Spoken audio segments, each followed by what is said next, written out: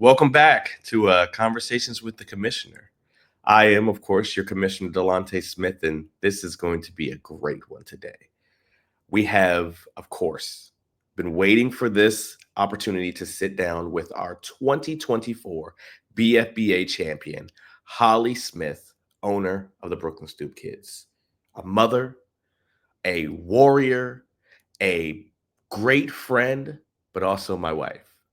So if it seems like I'm a little biased to this conversation, please, hey, call me what it is. But without further ado, let's bring her in. Holly, I want to say thank you. Welcome to the BFBA complex. You've already been here. You were here on draft night, so welcome back. And welcome to Conversations with your Commissioner. Thank you. Thank you. What's up? This is a fantastic opportunity. Before we go any further, we do have a special gift from you, for you. I'm sorry, not from you, but for you, from me to you. You took part in this before, so we're gonna take a trip down memory lane before we talk about the future and the present of the Brooklyn Stoop Kidz. So sit back with me and just enjoy. What if I told you that there was one kid in Brooklyn who did actually step off that stoop? Not only did she step off that stoop, but she stepped right into championship team. Sit back and relax, because we're about to take you on the journey. You think you know, but you have no idea. This is the exclusive championship interview with the one, the only BFBA 2015-2016 fantasy champion, Brooklyn Stoop Kidz own Holly Smith.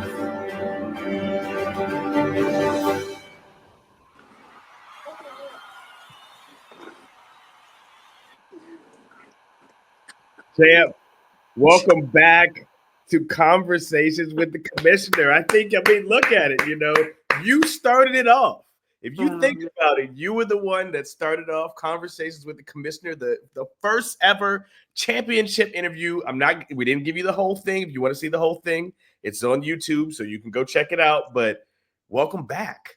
Two-time champ, thank you. That's for you. How's it feel? It feels good. I want to know where that hat is. Hey, that's pretty fire. I actually do know where that hat is. It's in another place, but we'll talk about later. A disclosed location, Oh, okay. I love the setup. This is yet again. It seems that the dressing to the nines to sit down for these interviews. I mean, we have the BFBA apparel, the championship T-shirt, the patches with the jacket. And of course, we haven't seen the trophy in a while, so it looks good to see the trophy with the jersey. You know what, champ? I mean, you are the champ, so I'm going to call you champ for this interview. I'm going to go ahead and I'm going to throw mine on as well. How about that, right? By all means. I think so. As we the jackets have been sent out.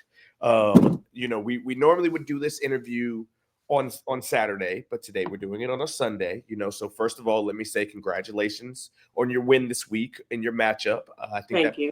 2-2. So hey, we're moving right along in the season. Nothing comes easy, as you can understand from winning one of these. Winning one of these. You got more than I do. So well, I'm on the road, but let's get right to it. I mean, we just saw the advertisement for the 2016 interview. We're now sitting down for the 2024 interview. For those that don't know who are watching, the original Brooklyn Stoop Kid sitting on the lap of the owner, because that is Brooklyn Smith herself. Brooklyn Stoop. Brooklyn Stoop, right? Which championship, Holly, would you say has more meaning, and why? I mean, we have 2016, and then we have 2024. Which one is which patch on that arm, are you looking at kind of like, hey man, this is the one I really appreciate? I'm going to answer you on that one, but I also want to say I am sick, so I'm kind of here just so I don't get fined type shit. So if my voice sounds real deep, I apologize. But now on to the answer. I will say the most recent one, 2024, definitely means the most because we have a lot more people in this league, so we have a bit more games, if I'm not mistaken. So I would definitely say this one, because it was a bit harder. We've got more competitors for sure, folks who set their lineups, folks who trade very well, folks who pay attention day to day to actual stats. Whereas before, I think we were all just like, hanging out, playing around, feeling out the app and seeing what we could do. And I'm not going to say I got lucky the first time. I definitely was paying attention, but I think this time I was more locked in. So. Understood. I mean, if we look at the team as a whole, I mean, it's a threat. The years of I mean, if you're listening to the podcast, if you're watching the other interviews, we know that Holly and the Brooklyn Stoop Kidz have drafted 3 years in a row at number 1, and 3 out of the last 5 years has been that number 1 pick. So right. We're talking Pablo, we're talking Wemby, we're talking, Andrew Wiggins, we're talking Chris Paul points, there's Stephen Curry, the trade between you and I that I got to be honest, I regret because, it propelled you into the team that you are in now. Now, I don't regret the team that you have, but, I could maybe have 2 and not just 1, so. It's good to have Curry back. I'm not going to lie. There we go. Curry has been, he's been a Brooklyn Stoop Kid lifer, I think, for a very long time. So, oh, absolutely. I drafted him first a long time ago, so again, it's good to have him back. Well, hey, I think I think it propels us into our next question. I mean, do you believe that the Brooklyn Stoop Kidz can be a repeat champion? We only have a 3-time champion, and that's Damian Palacios of the Evil Empire. So there's only one other person that has, 1, 2, 3 on that jacket. I mean, you're one away. Is this the opportunity that we tie that, and then we kind of set ourselves up to be a dynasty? Oh, absolutely. I mean, my team alone, I've got a lot of young talent, so I definitely think I can see them going all the way.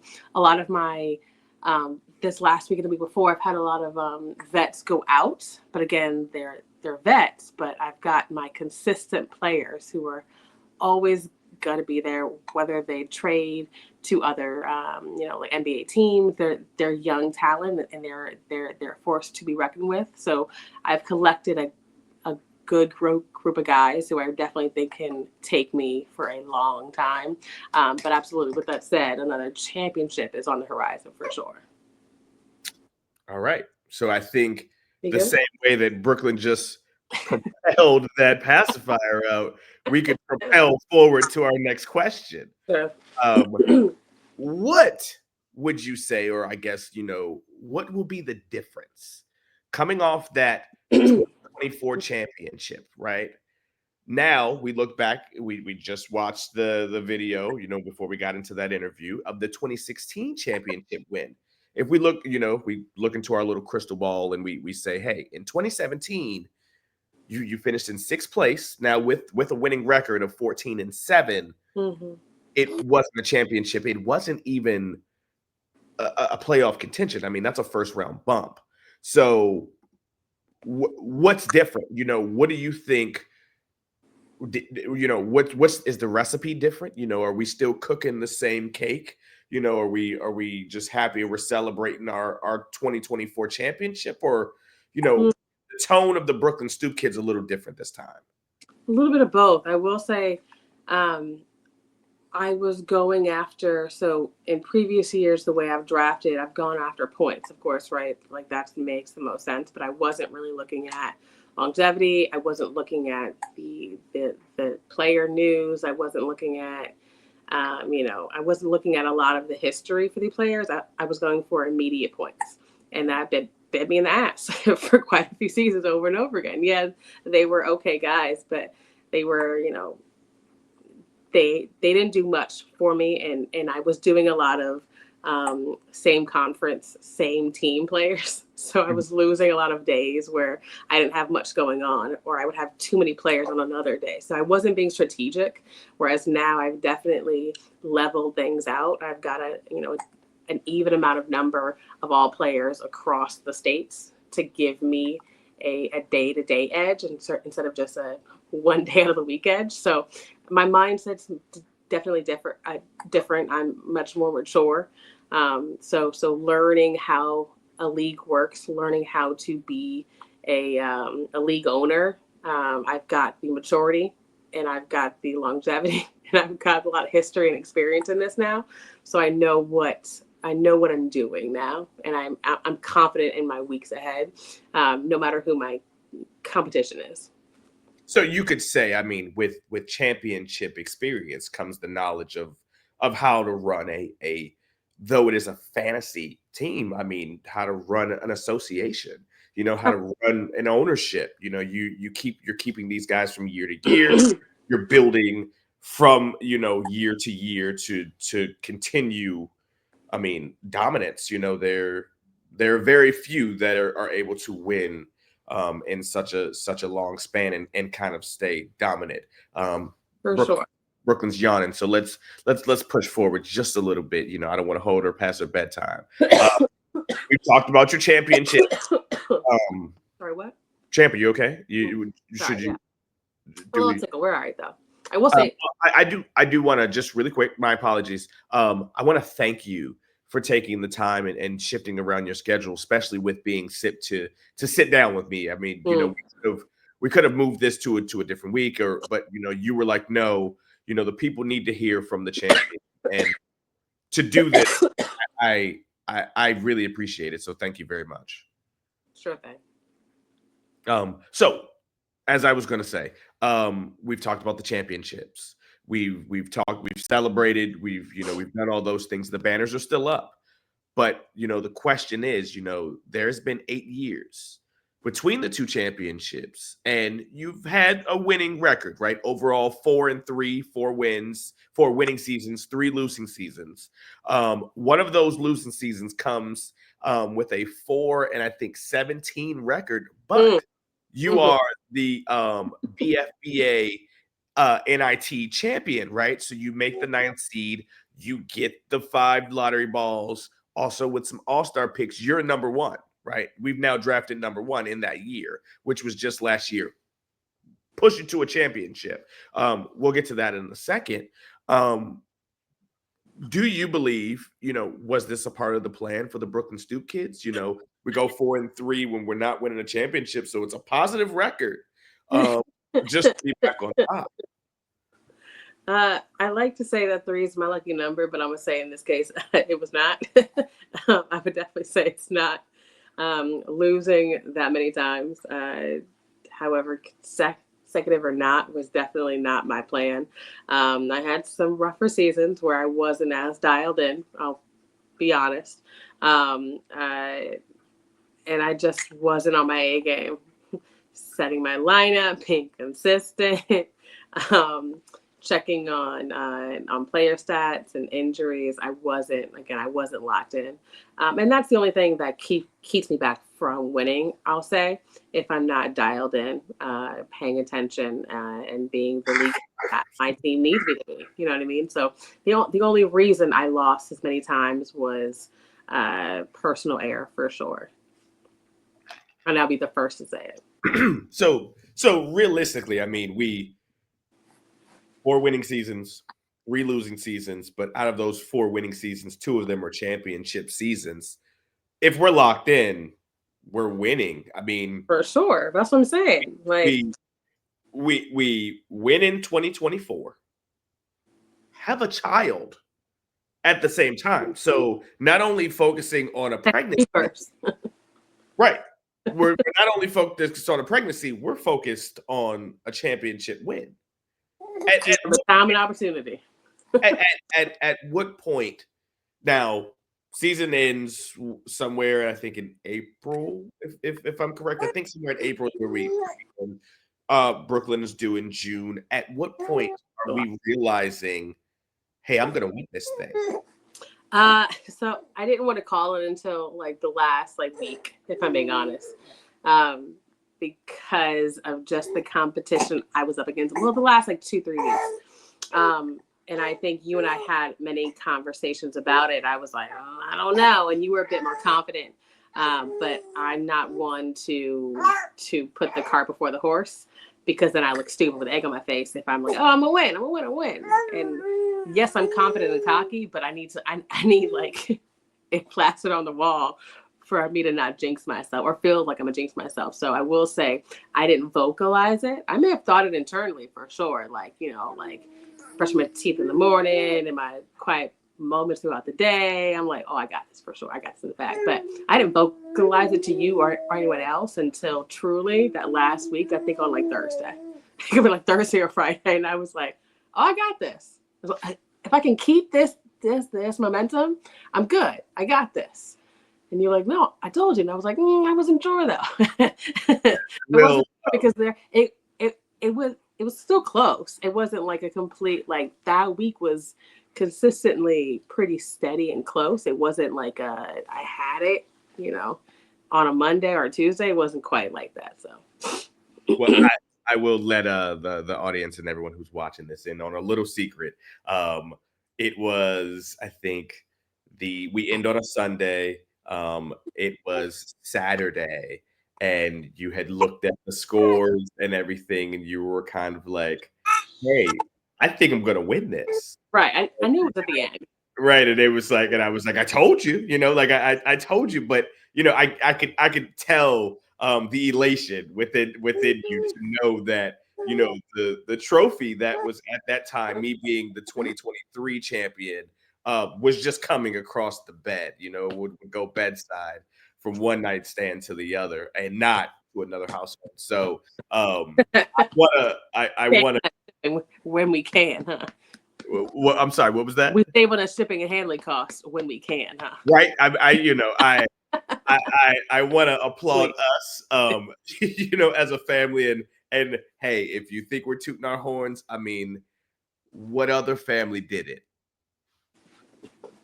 Let's move on to the next question. We just talked about it, after placing ninth. And ninth seed in our final standings means that you are going to be awarded 5 lottery balls because you're the winner of the NIT, which means not in tournament. So you didn't make the playoffs last season, 2023. You then turn that around, as we just said, to win the BFBA championship the next season. You get Wemby at number 1. Where's the mindset of the Brooklyn Stoop Kidz when it comes to winning?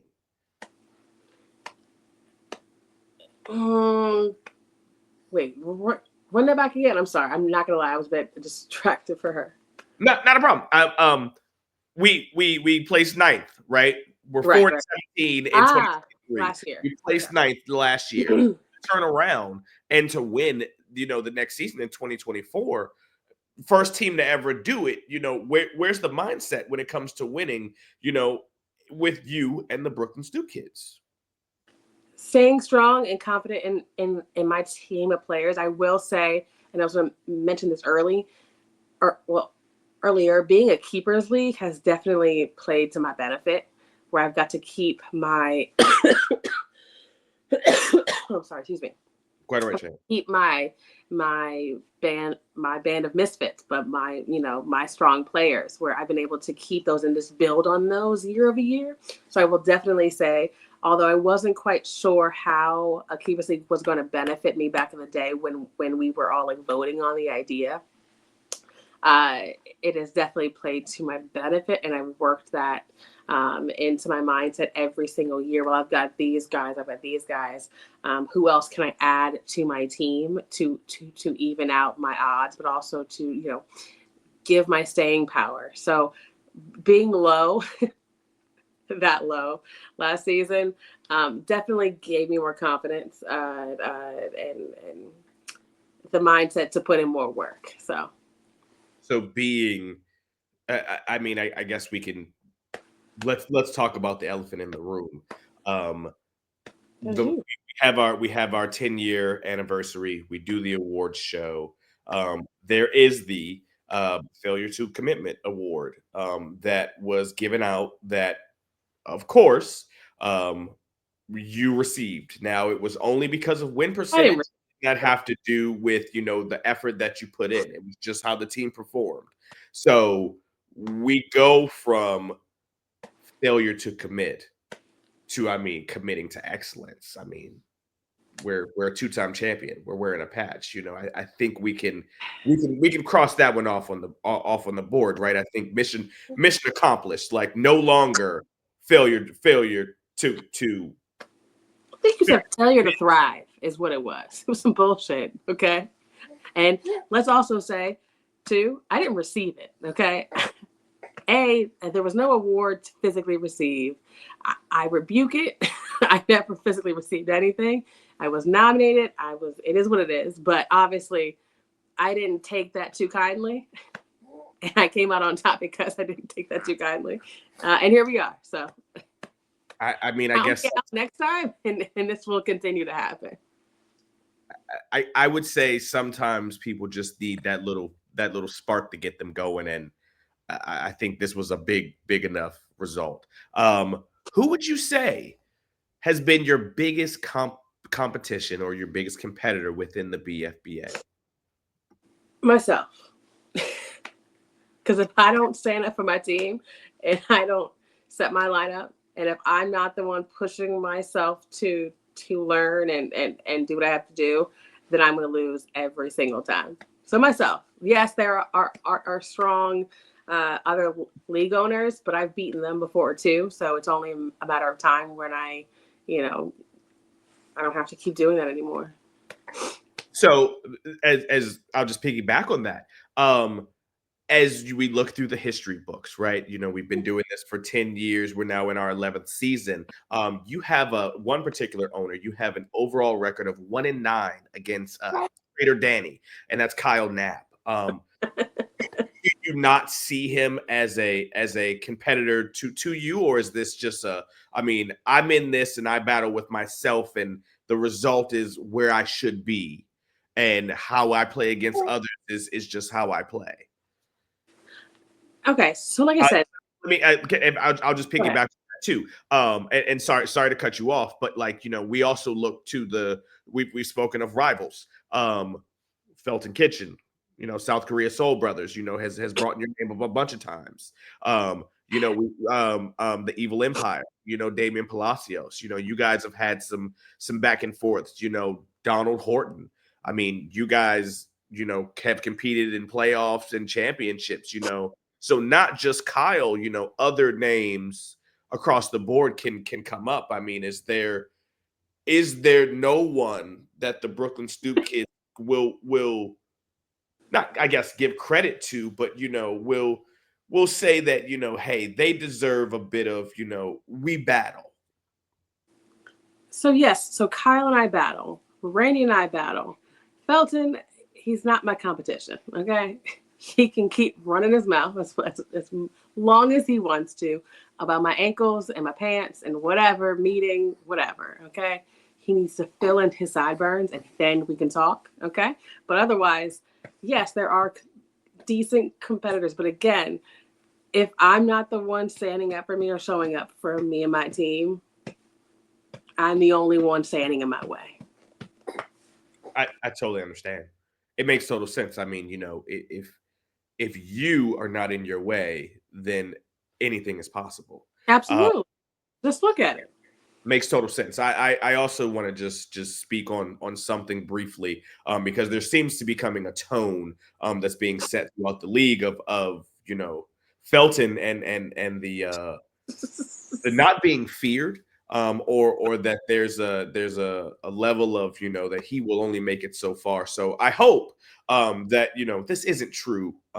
You know, I don't want to take too much time in your interview because this is about you, you know, BFBA 2024 champion, and which unfortunately he has not won any championships and been in the league just as long as you have. So I really do think that that shows a level of success in what you have accomplished compared to, you know, what a rival or what would called or so-called rival, right? Let's just end it there. Champ, you're also an SLC member. This is the fourth interview that I've done, and I got one more with the founding five.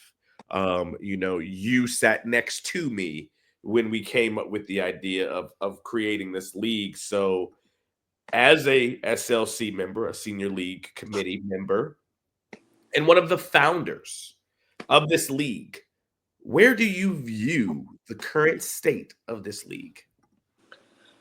I'll say as a collective, I think it's the strongest it's ever been in terms of we have every league owner is dialed in and every league owner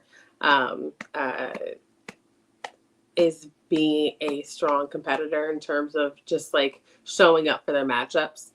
And I think we have a lot more people who actually care to be here and care about the league and care about their teams and care about their matchups and are appreciating what you're doing on a weekly basis for these interviews, for the merch, I think we're all just more, sharing our love of basketball, but also just like our love of, you know, competing. Like I feel like we're super strong. You know, there are moments that are called into question in terms of trades and things like that, but I think we'll always have that. We'll never not have that. But I know early on we had a lot of team members or league owners who were not showing up at all, right? Like, so we had to vote them off the island type deal. And I feel like everyone now, whether they're on the high end or the low end of their weeks, they're still showing up. So I feel like we're in a stronger position than many previous years. I totally agree. I wanna on camera, I wanna thank you from and this is from Delonte Smith, not the commissioner, from the person. I want to thank you for taking the time and the dedication for allowing me to grow this thing to kind of where we are. I mean, you kind of have been my model. I use, you know, your winnings as an example to the league to kind of show, you know, hey, look at the new jerseys or jackets, or and you're always willing to be there with me.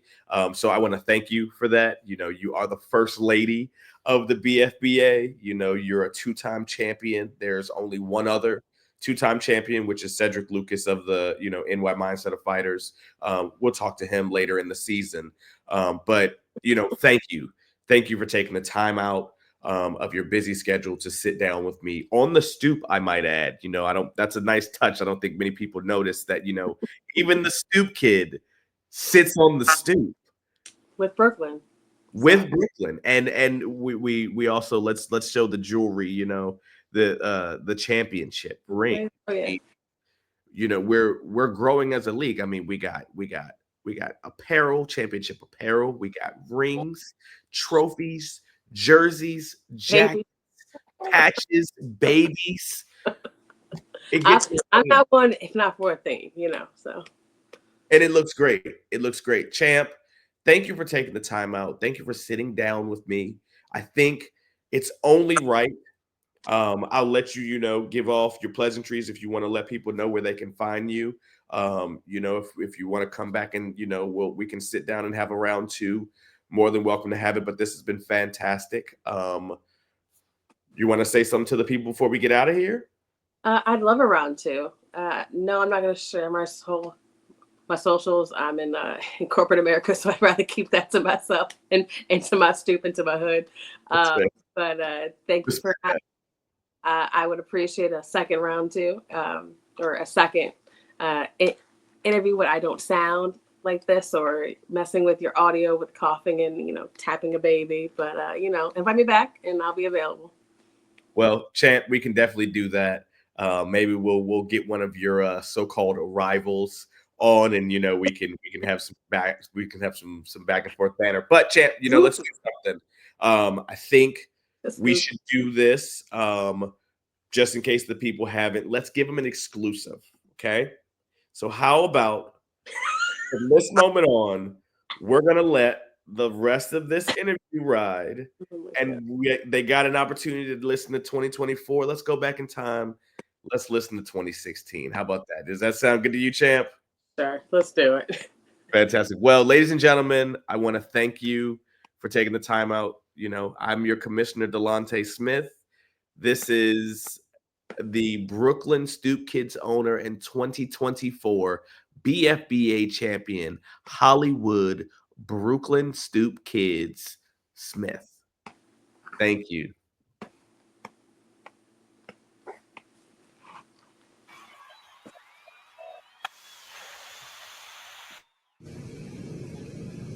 Thank you, Champ, for joining us today. It's a beautiful day. Thank you for taking the time out of your busy schedule to come and sit down with us. I won't want to hold you too long. Just want to get a couple questions out of you and find out. First, we'll start off. How was the off season for you? Good. Feels good to be queen.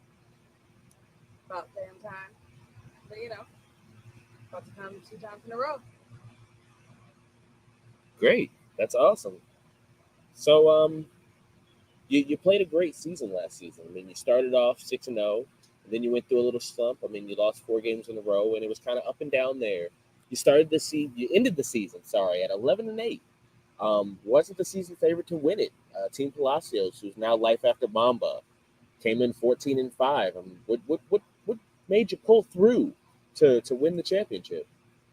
Honestly, my guys are hard, as do I. But we buckled down, we got focused, and came through to get that team win. And I was very proud of my boys. We had a good, like I said, off season, but ready to come back and fight harder.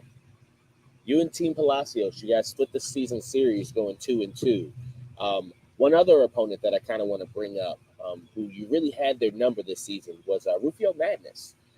He, at his exit interview right before the playoffs, cut a video about you saying, that it was kind of like, Brooke Kid never left the stoop, I think was quoted. And first round of the playoffs, you kind of beat him pretty bad. He was 0-4 against you this season. You have anything to say back to him against that?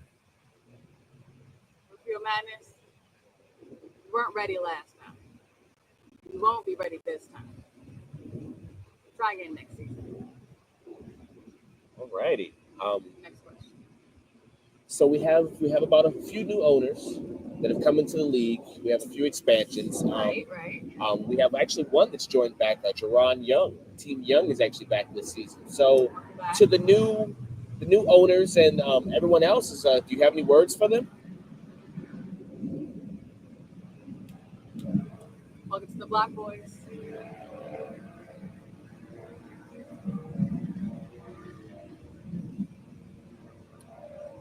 All right. This season should be a great one. Should be a tough one. We had Stephen Curry, Draymond Green, just to name a few guys that were on the team.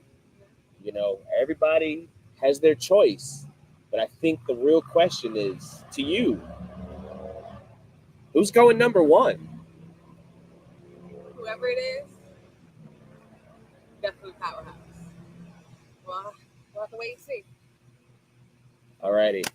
Brooklyn Stoop Kid, Miss Smith, our BBA 2015-2016 fantasy champion. I want to thank you for taking the time out. If you want to say something to your fans, say something to the people, now's the time to do it. It's to you, ma'am. It's to you. Thank you for believing in me, all my fans back in Brooklyn. I love you, Flatbush, stand up. Our Rockaway, stand up. Bed-Stuy, stand up. Crown Heights, woo woo. I'll be seeing y'all soon. 347 in the house. All right, thank you.